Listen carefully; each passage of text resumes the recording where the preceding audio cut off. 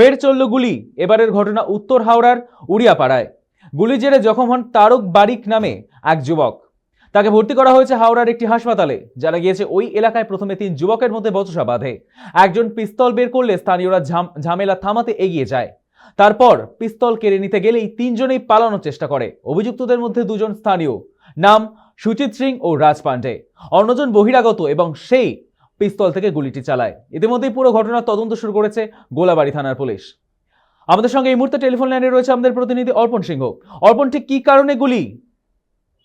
দেখো, পুরো বিষয়টি কিন্তু তদন্ত সাপেক্ষ এবং যেটা জানা যাচ্ছে যে উত্তর হাওড়ার বিয়েপাড়ায় এই ঘটনাটি ঘটেছে এবং যে যার নাম যে যখন হচ্ছে তার নাম তারক বারিক গত সকাল থেকে কিন্তু হাসপাতালে ভর্তি হয়েছেন, সরকারি হাসপাতালে। এবং যেটা জানা যায় যে গতকাল রাতের এই ঘটনাটি ঘটে। প্রথমে 3 বন্ধুর সঙ্গে তাদের বচসা হয় এবং সেখান থেকেই কেউ একজন পিস্তল বের করে গুলি চালায় এবং সেই সময় এলাকার মানুষজন ঘটনার খবর পেয়ে তারা কিন্তু থামাতে আসেন এবং পিস্তল সেই সময় কিন্তু কেড়ে নিয়ে যাওয়া হয় এবং তখনই 3 জনের মধ্যে পালাতে থাকে এবং তারপরে 2 জন স্থানীয় যুবক, যার নাম উঠে আসছে যে সুচিত সিং এবং রাজ পান্ডে, এবং বাকিরা যারা ছিলেন তারা কিন্তু বহিরাগত এবং স্থানীয়রা যারা সেই সময় উপস্থিত ছিলেন এবং তখনই তাদেরকে কিন্তু ধাওয়া করে ধরে ফেলেন।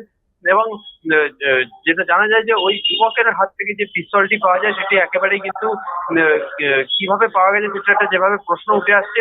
তবে পুরো ঘটনাটি কিন্তু একেবারেই তদন্ত শুরু করেছে ইতিমধ্যে হাওড়া সিটি পুলিশের উচ্চপদস্থ আধিকারিকরা, এবং এর নেপথ্যে আরো অন্য কি কারণ থাকতে পারে পুরো বিষয়টি কিন্তু তদন্ত করা হবে বলেই কিন্তু আশ্বাস হাওড়া সিটি পুলিশের। ধন্যবাদ অর্পণ।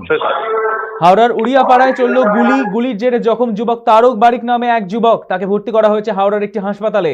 3 যুবকের মধ্যে বচসার জেরে এই গুলি। স্থানীয়রা থামাতে আসলে চলল গুলি।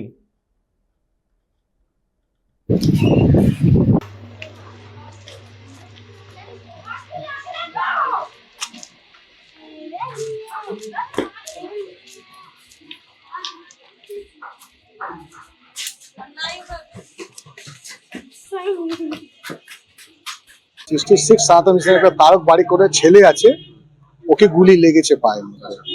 তারপরে থানা পুলিশ অ্যাকশন নিয়েছে, নেওয়ার পরে ওর হসপিটালে একটা হাওড়া হসপিটাল আছে। আমরা চাই যে পুলিশ একটু অ্যাকশন নিয়ে কে আছে তদন্ত করে, যদি একটা ভালো লোকে গুলি লেগে তো ছিনতেই হতো।